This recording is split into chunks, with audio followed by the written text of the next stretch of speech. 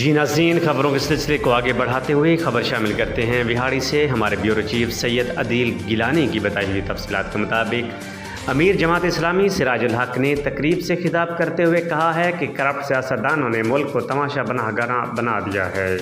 इमरान खान कहता है मुझे इक़्तिदार से साजिश करके निकाला गया। शहबाज शरीफ कहता है मुझे साजिश करके इक़्तिदार में धकेला गया। जबकि आसिफ ज़रदारी इमरान खान और शहबाज शरीफ की बेबसी के मज़े ले रहा है।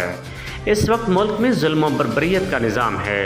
तीनों सियासी जमातें सूबों और मरकज़ में किसी न किसी तरीके से इक़्तिदार में होने के बावजूद बदअमनी से दोचार हैं। पीपल्स पार्टी, नून लीग और PTI तीनों जमातें अमरीकी ग़ुलाम हैं और उन्होंने 22 करोड़ आवाम को IMF का ग़ुलाम बनाकर रख दिया है। पाकिस्तान में अब तक जितने भी हुक्मरान आए वो आवाम के लिए तो शेर बनते हैं, जबकि अमेरिका के सामने भीगी बिल्ली बनते रहते हैं।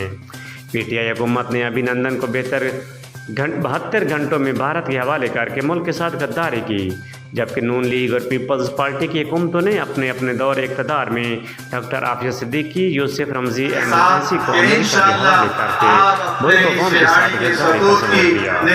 उनका कहना था कि इस वक्त मुल्क पनामा और पंजाब काबिज हैं। जब तक इनसे छुटकारा हासिल नहीं होगा मुल्क को कौम की मुश्किलात का खात्मा नामुमकिन है।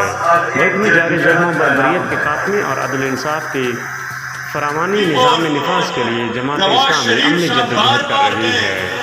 अवाम आइंदा इलेक्शन में साले और ईमानदार के मुंतखब करके आगे भेजें ताकि मुल्क में अमान और तरक्की की राहें खुलें।